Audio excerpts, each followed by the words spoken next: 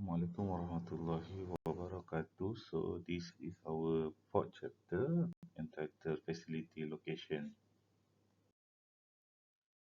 Okay, by the end of this chapter, you should be able to define or understand the location decision concept. So kita nak tengok apa kepentingan location decision ni. Kenapa kita kena buat keputusan untuk pilih location yang sepatutnya untuk kita punya operation.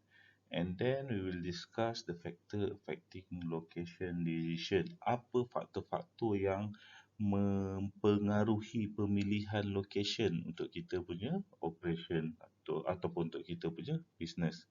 And then to understand the method of evaluating location alternative. So biasa sebelum kita buat sesuatu keputusan untuk memilih lokasi, kita akan identify beberapa lokasi yang berpotensi.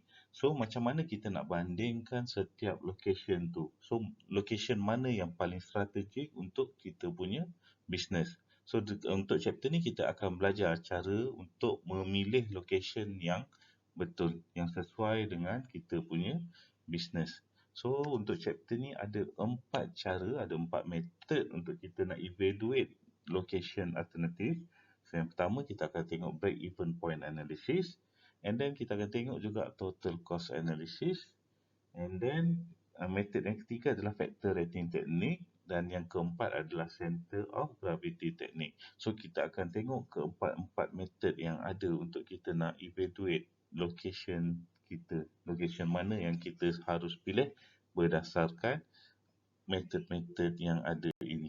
Ada 4 method kesemuanya. Okay, sebelum tu, apa itu facility location?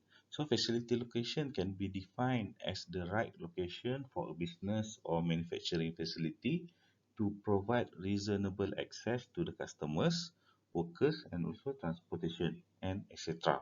So, facility location ni ataupun plan location ialah macam mana kita nak pilih right location. Location yang tepat untuk kita punya business ataupun untuk kita punya production, pengeluaran facility. Untuk apa? Untuk macam mana kita nak senang reach kita punya pelanggan ataupun kita nak senang dapatkan pekerja. Mungkin kawasan sekitar ramai pekerja yang ada. And then dari segi transportation dan sebagainya. So kita nak pastikan pemilihan location tu adalah tepat supaya kita dapat minimizekan cost. Dalam masa yang sama kita dapat maximizekan profit perniagaan kita. So, other definition is facility location is the process of determining a geographic site for a firm's operation. So, maksudnya sama. Macam mana kita nak pilih location, geographic site untuk kita punya business. And other option include yang pertama, expanding existing facility. Contohlah kalau bisnes kita, site kita yang sedia ada dah tak mampu nak tanggung pengeluaran sebab kita punya order terlalu banyak. So apa kita boleh buat? Kita expandkan existing facility yang kita ada. So kita besarkan lagi kita punya kilang contohnya. And then yang kedua pula, maintain existing and add sites. Yang ni pula contoh kalau kilang yang ada ni kita dah tak mampu nak tanggung pengeluaran, so kita boleh buka di tempat yang lain. Buka satu lagi manufacturing facility contohnya di tempat lain.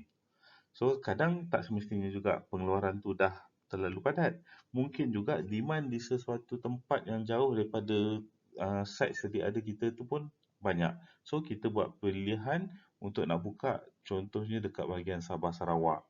Contoh kita dah ada dah kilang kita di bahagian Semenanjung. So dia boleh cover semua demand untuk produk kita di bahagian Semenanjung. Tapi dalam masa yang sama kita nak cater demand daripada Sabah dan Sarawak.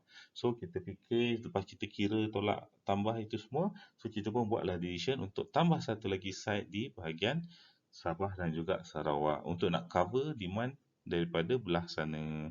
And then yang ketiga pula, closing existing and relocating.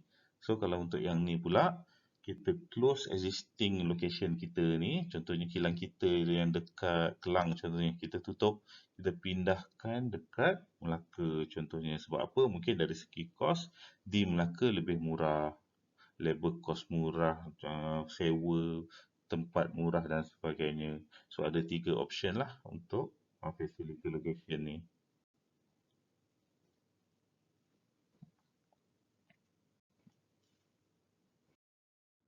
Okey, ini pula adalah important of location decision. So, kenapa penting sangat location decision ni? Kenapa kita perlu buat decision untuk pemilihan lokasi yang sesuai, lokasi yang strategik?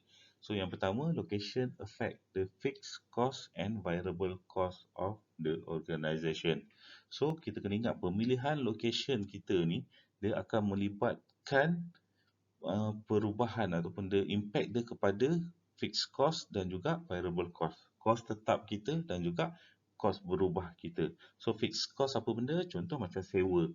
Mungkin ada location sewa lebih murah. So sebab itu jugalah kita mungkin kena pilih location yang lebih murah. Dari segi variable cost pula, contohnya pengeluaran per unit tu bila kita buat dekat tempat yang lain dia lebih murah. So dia akan memberi impact kepada fixed cost dan juga variable cost. So seboleh-bolehnya dalam bisnes kita nak cost kita seminimum yang mungkin dan supaya kita dapat memaksimumkan sebaik mungkin profit kita. Okay. And then yang kedua, the location also has an impact on the overall risk and profit. It's a long-term decision and infrequently made. So macam saya cakap tadi, kita nak pastikan profit kita tu maximize. Kita nak semaksimum mungkin. So kita kena pilih location yang betul-betul tepat.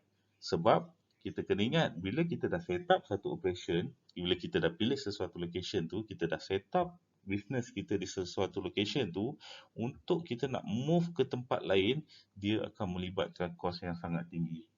So bila kita dah buka di sesuatu tempat itu, memang sangat sukar untuk kita nak tukar ke tempat lain dalam masa yang singkat. Sebab kos yang terlibat, modal yang terlibat sangat tinggi. Sebab tu kita kena buat pemilihan betul-betul sebab dia melibatkan long term decision. Kita tak setiap hari kita pilih, okey hari ni kita nak beroperasi di Kelang. Lepas tu esok kita nak beroperasi di Shah Alam. Dia tak boleh macam itu sebab bila kita dah set up operation, kilang dekat situ, machinery kita dekat situ, pekerja kita dekat situ. So memang sangat susah untuk move ke tempat yang lain. Okay. Lepas tu yang ketiga adalah expenses. Expansion, sorry. Okay, necessary if demand has exceeded the current production capacity.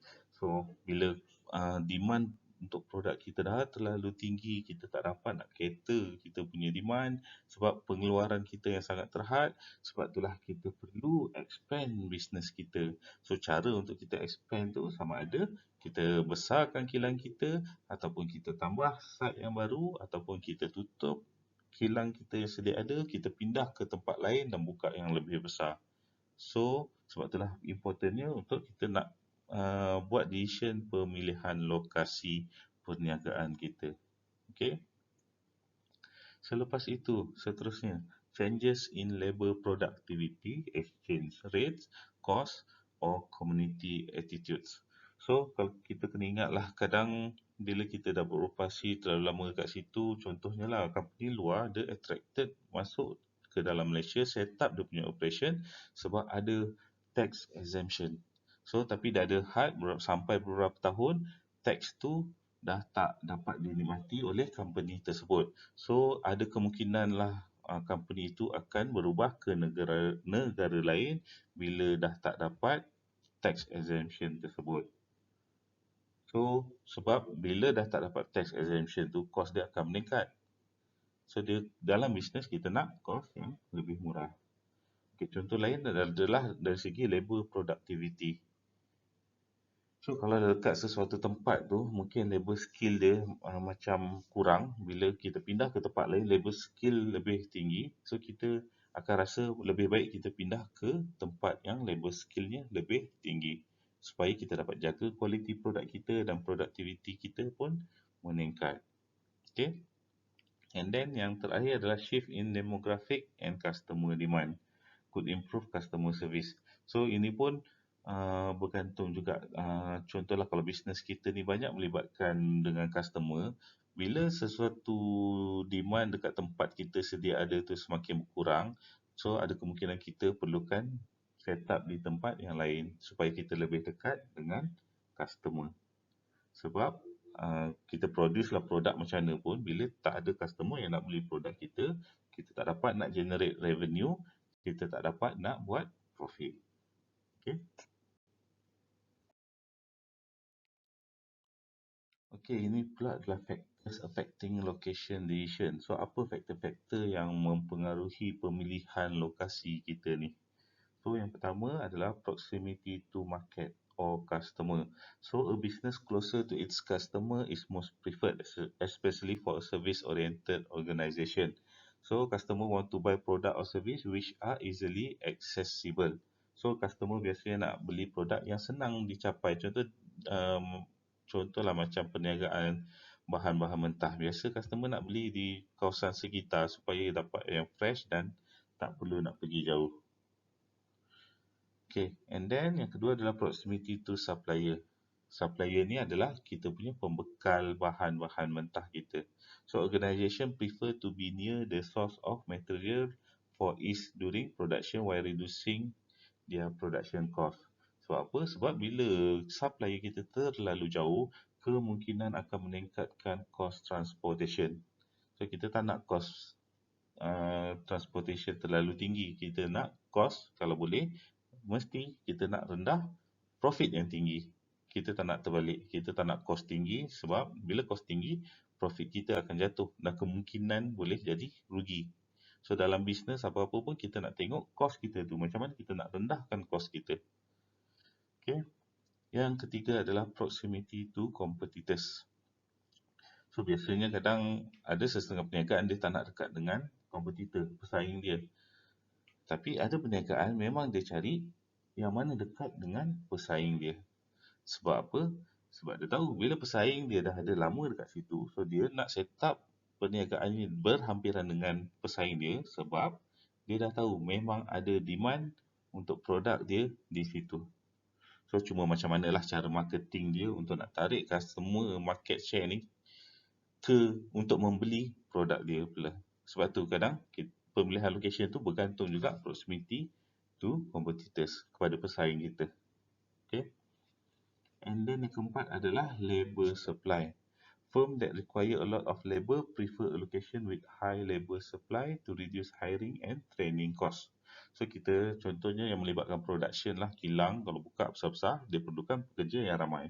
So dia perlukan location yang berhampiran dengan sumber manusia yang ramai supaya nak mengurangkan hiring cost or training cost. Okay, yang kelima, availability of facilities. So, untuk setengah perniagaan, boleh kata hampir semua perniagaan lah, dia akan tengok fasiliti yang ada di kawasan tersebut. Contohnya dari segi pengangkutan. Sebab, contoh kita nak transfer barang kita yang dah siap tu, kepada retail house contohnya. So, dia akan melibatkan transportation. So, bila transportation tak ada, lagi-lagi kalau kita company tu tak ada lori sendiri, dia perlukan transportation daripada luar, vendor luar. So dia perlukan yang vendor-vendor yang berhampiran supaya senang untuk menguruskan transportation perjalanan dia punya produk. Kita panggil juga dia sebagai supply chain juga. And then yang keenam, government incentive. So yang ni macam saya cakap tadi lah, ada setengah company dia suka pilih negara, dia set up operationnya di negara yang ada insentif. Contoh tax exemption. Contoh macam Malaysia lah, dia akan bagi MNC tu ada berapa tahun untuk tax exemption. Selepas 10 tahun contohnya, barulah dikenakan tax. Okay.